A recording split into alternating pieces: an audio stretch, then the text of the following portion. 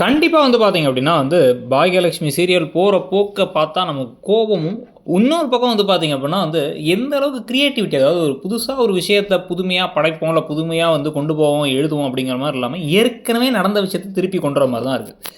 ஆக்சுவலா வந்து பார்த்தீங்கன்னா, இதுக்கு முன்னாடியே ஒரு தடவ கோபிக்கு நெஞ்சுவலி தான் வந்துச்சுல்ல. நெஞ்சுவலி வந்து அவர வந்து கொண்டு போய் ஹாஸ்பிட்டல்ல சேர்த்து, திருப்பி வீட்டுக்கு கொண்டு வந்து சேர்த்து, வீட்ல வந்து என் கூடயே வாடா கோபின்னு ஈஸ்வரி கூட்டு போய் வச்சுக்கிட்டு, எல்லாத்துக்கும் காரணம் ராதிகா தான்னு சொல்லிட்டு சம்மந்தமே இல்லாம கியாமியா, கியாமியான்னு கத்திக்கிட்டு இருந்தாங்க.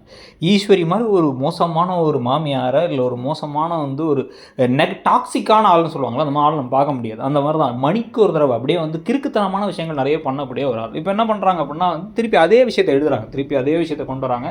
என்னன்னா இப்போ ராதிகாவை பார்த்து இவ தான் கொல்ல பார்த்தா இவளை இப்படி வர சொல்லலாம் நீ அப்படிங்கிறாங்க. பாக்கியா என்ன பண்ணிட்டாங்க அப்படின்னா வந்து முதல் நாள் நைட்டு எல்லாத்தையும் வீட்டுக்கு கூட்டு போயிட்டு சமைச்செல்லாம் போட கடவுள் தான் உன்னையும் அவனையும் திருப்பி சேர்த்து வைக்கிற மாதிரி அவனை போய் பாதுகாத்து கூட்டு வரதுக்கு அவன் உயிரை காப்பாற்ற அவனை அனுப்பியிருக்கார் அப்படின்னு அவங்க சொல்லும் போதே தெரியுது. நீங்கள் சேர்ந்துருங்க திருப்பின்னு சொல்ல வராங்க.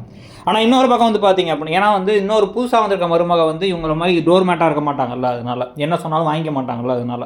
ஆனால் பாக்கியா இப்போ கேஸெல்லாம் வாபஸ் வாங்க முடியாதுங்கிறாங்க. இப்போ அடுத்த நாள் அவங்க வேறு வழி இல்லாமல் ராதிகா வீட்டுக்கெலாம் போய் ராதிகா இல்லைங்கிறத பார்த்து ராதிகாவுக்கு ஃபோன் பண்ணி இன்ஃபார்ம் பண்ணிடுறாங்க. ராதிகா சோகமாக இருந்த ராதிகா இங்கே வர அவருக்கு ஒரு சின்ன விஷயம் அவருக்கு ஹாஸ்பிட்டலில் சேர்த்துருக்கோங்கும் போது அவங்க பதறி போய் அங்கே உள்ளே போக இவ்வளோ இதுக்கு வர சொன்னேன், இவ்வளோ உங்கள் அம்மாவை சேர்ந்தா அப்படி பண்ணிட்டாங்கிறாங்க. கேஸ் போட்டது பாக்கியா, சம்மந்தமே இல்லாமல் பழி விடுறது ராதிகா மேலே. இப்போ அடுத்து என்ன நடக்குது அப்படின்னு வந்து பார்த்தீங்கன்னா, ஈஸ்வரி இவ்வளோ வெளில போக சொல்லு அப்படிங்கிறாங்க. இது ஏற்கனவே ப்ரோமோவில் காமிச்ச மாதிரி ஒய்ஃப் அவங்க தானே அப்படின்னு வந்து பாக்கியாட்ட நீட்டுறது.